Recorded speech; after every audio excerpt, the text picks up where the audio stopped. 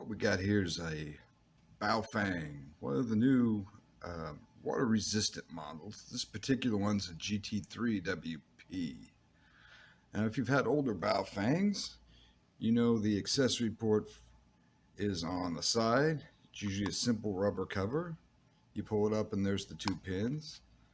These have a little bit different arrangement.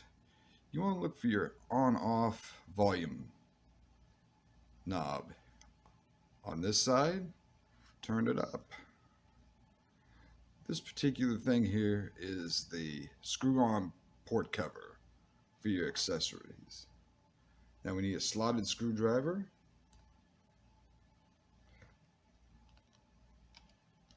We'll back the screw off a little bit.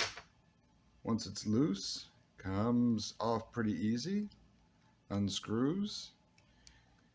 Usually you grab it at the bottom where the screw is, pull it up and off. There's your accessory port.